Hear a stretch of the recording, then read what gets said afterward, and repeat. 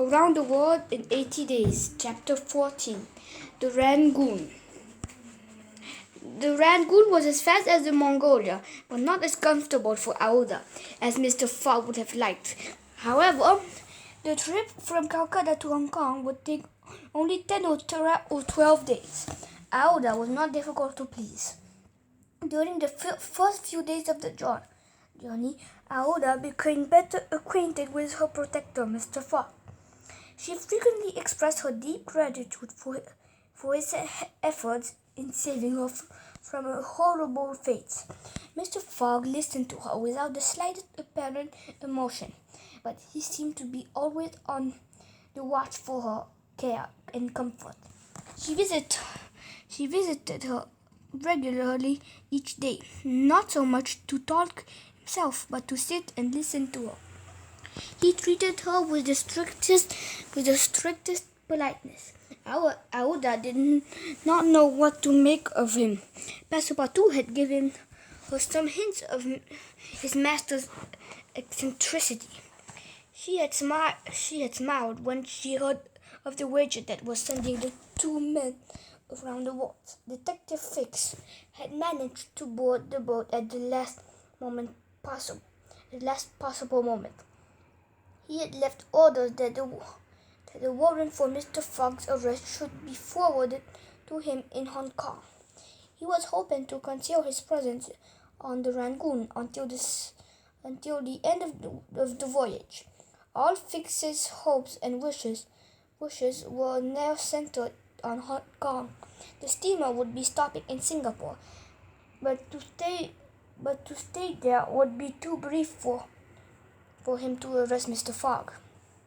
Now either the warrant will be at Hong Kong, in which case I shall finally be able to arrest my man, or it will not be there, though, thought Fix.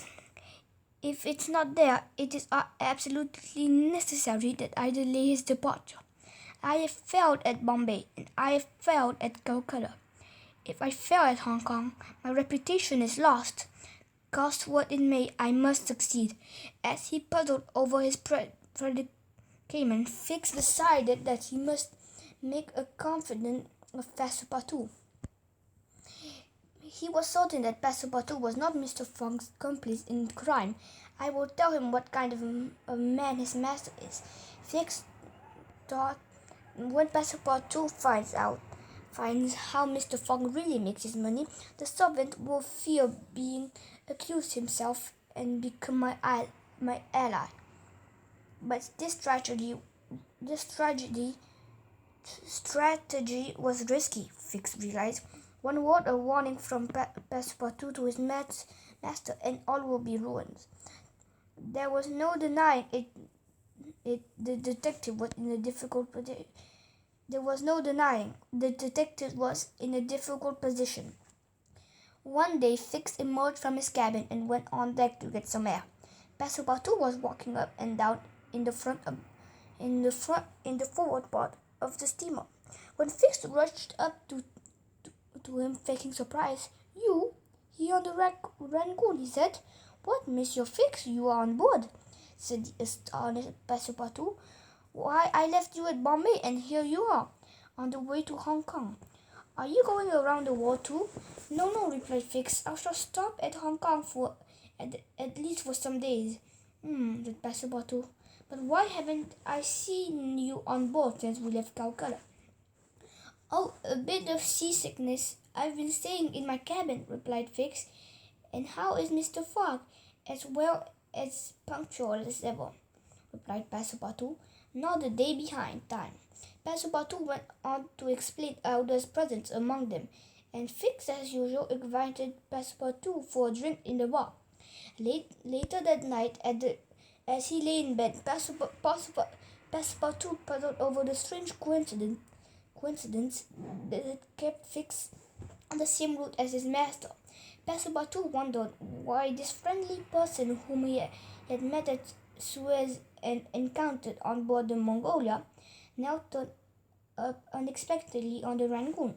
Despite having told Passepartout that Bombay was his destination, was he following Mr. Fogg step by step? Passepartout was ready to wager that Fix would also leave Hong Kong at the same time as Mr. Fogg, and probably on the same steamer. Passepartout realized Fix must be an agent from the Reform Club. He must be a spy to make sure that Mr. Fogg really went around the world. As was agreed, it's clear, thought Passepartout, satisfied with his own shrewdness.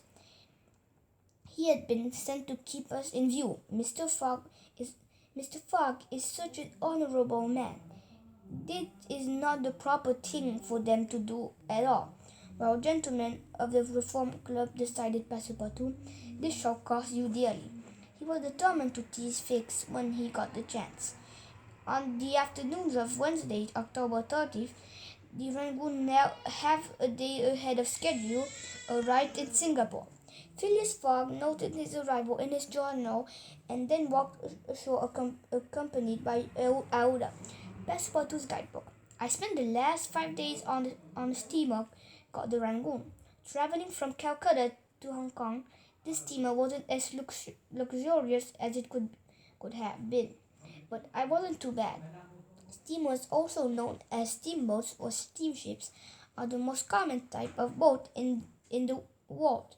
They are used not only to carry passengers but also to transport goods such as coffee, tea, silk, and spices. In fact, steamers have allowed global trade to increase quite rapidly since they were first used in the early 80s. Today, steamers come in all shapes and sizes and sail on canals, rivers, and oceans. They can travel large distances cheaply and safely.